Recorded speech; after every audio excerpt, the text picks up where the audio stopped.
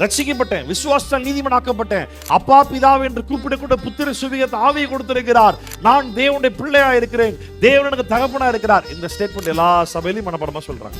இதை சொல்றனால அவங்க எல்லாருமே நிஜமா விடுதலையில வாழ்றாங்கன்னு அர்த்தமா? இல்ல.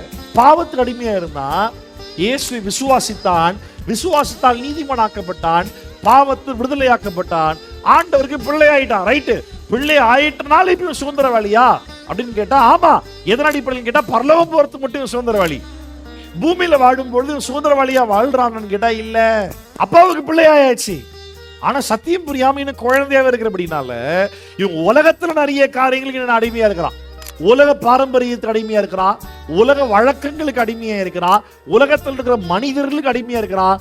சில நேரங்கள்ல ரட்சிக்கப்பட்டது உண்மை, ஆனா இன்னும் ஒரு சில பாவத்தை விட்டு வெளியே வர முடியாம இன்னும் அடிமையாவே இருக்கிறான். கர்த்தருடைய வார்த்தை புரியாததுதான் காரணமே, கிறிஸ்து இயேசுக்குள்ள வளராததுதான் காரணமே.